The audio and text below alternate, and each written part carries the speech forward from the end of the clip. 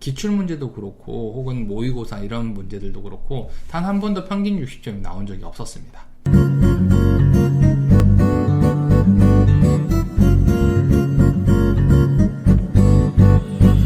네, 안녕하세요. 버튼호입니다. 이번 시간에는 제가 지난번에 이야기해드렸던 중개 첫걸음이라는 영상을 찍게 됐는데요. 처음으로는 공인중개사 시험에 대한 내용들을 이야기해드리도록 하겠습니다. 이 영상은 기본적으로 제 일기장이라 생각을 하시고 제 경험을 그냥 들여다본다 아니면 듣는다라고 생각을 하시고 편하게 들으시면 좋을 것 같아요.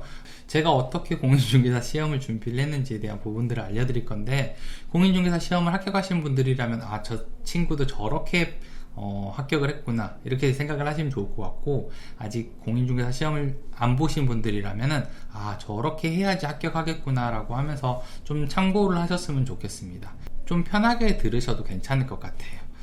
제가 처음 공인중개사 시험을 준비하게 된 이유는요, 사실 제가 그 당시에 자영업을 하고 있었는데, 자영업을 하다 보면 부동산이 굉장히 많이 필요합니다. 매장을 확장할 때도 그렇고 새로 구할 때 전부 다 부동산을 통해야 되는데, 여기서 이제 권리금이라는 문제가 생기더라고요. 근데 내가 줬던 권리금이랑 저쪽에서 받은 권리금이 다르고, 내가 받을 권리금이랑 저쪽에서 준 권리금이 다르고, 이런 식의 형태들이 자꾸 일어나다 보니까 저도 이 사람들을 신뢰하기가 좀 어렵다라는 생각을 하고, 부동산에 대해서 좀 알아야겠다는 생각을 많이 하게 됩니다. 그래서 제가 이런 식으로 해서 공인중개사를 시작을 하게 됐어요. 그런데 공인중개사 공부를 처음 시작을 하게 되니까 일을 하면서 저녁에 동영상을 봐야 되는 거잖아요. 그래서 학원을 다닐 수는 없었고 동영상을 끊어서 공부를 했는데, 이게 공부를 해보시면 알겠지만 대부분 열심히 한다라고 해도 계속 그냥 슬렁슬렁 하게 돼요. 하루에 한 2-3시간씩 매일 강의를 본다고 해도 하루 종일 공부를 하는 게 아니다 보니까 그냥 슬슬 흘러가는데, 제가 첫 해 시험에 공부를 전혀 안 하고 들어갔음에도 불구하고 1차 시험을 합격을 하게 됩니다.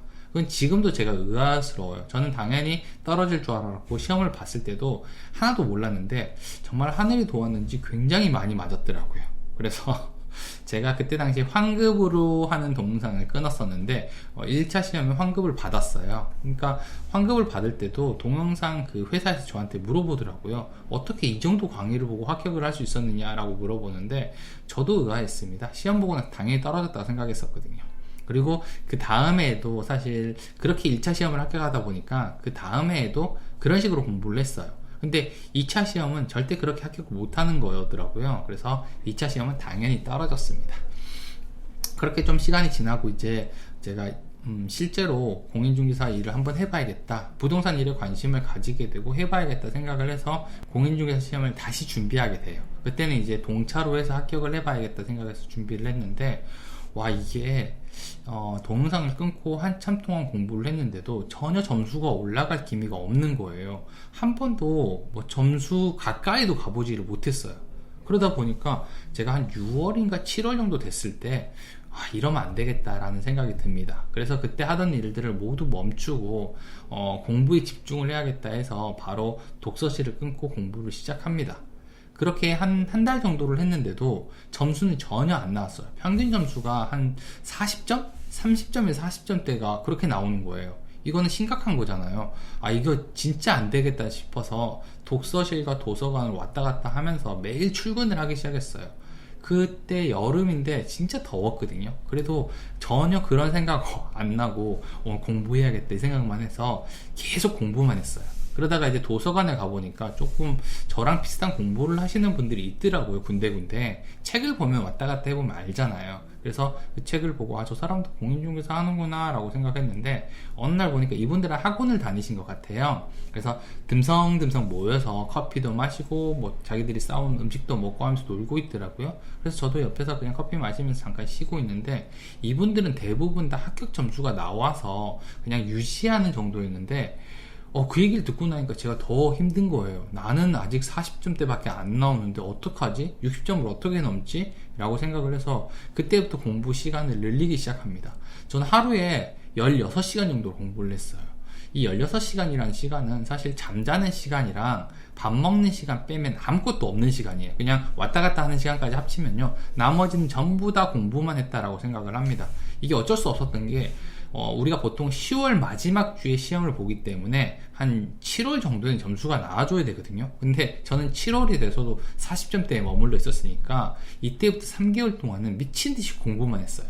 그리고 그 3개월 동안에 공부한 것 때문에 합격을 하게 됩니다. 근데 저는 되게 웃겼던 게 단 한 번도 평균 60점을 넘어보지를 못했어요. 기출문제도 그렇고 혹은 모의고사 이런 문제들도 그렇고 단 한 번도 평균 60점이 나온 적이 없었습니다. 제가 딱 한 번 평균 60점이 나온 게 바로 공인중개사 실제 시험에서 합격을 한 거지, 전 한 번도 60점을 맞아본 적이 없습니다. 그러니까 지금까지도 60점을 넘어본 적이 딱 한 번밖에 없는 거예요.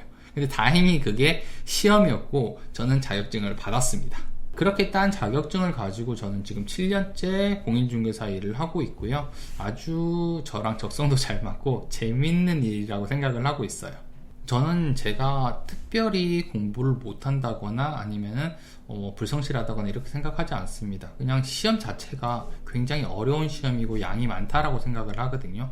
난이도가 높지 않다고 해서 어렵지 않은 건 아니고 양이 워낙 많다 보니까 볼 수 있는 거에 한계가 느껴졌어요. 그래서 저는 이 시험이 굉장히 어려운 시험이라고 생각을 했어요.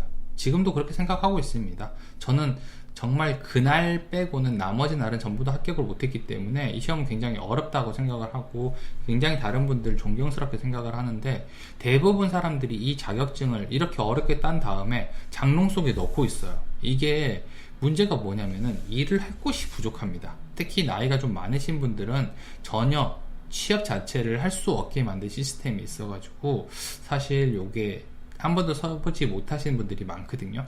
그래서 저는 중개 실무에 대해서 이렇게 생각을 하고 제가 영상을 찍은 거예요.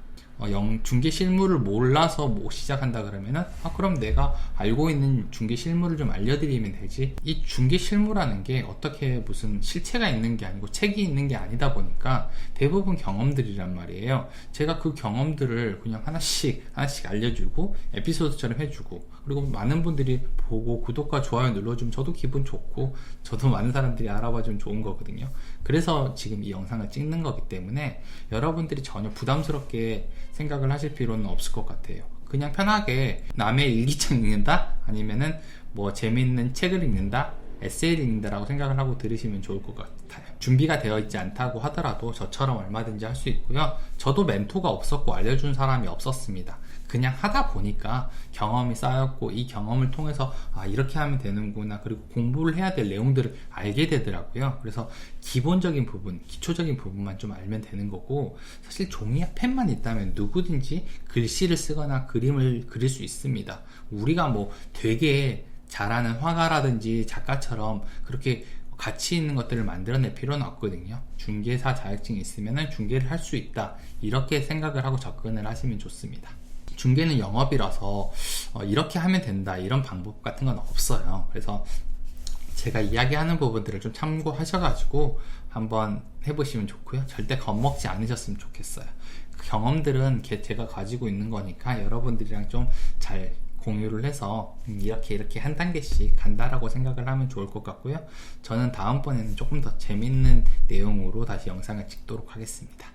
구독과 좋아요, 알림 설정은 그래도 꼭 해주세요. 감사합니다. 버튼홍이었습니다.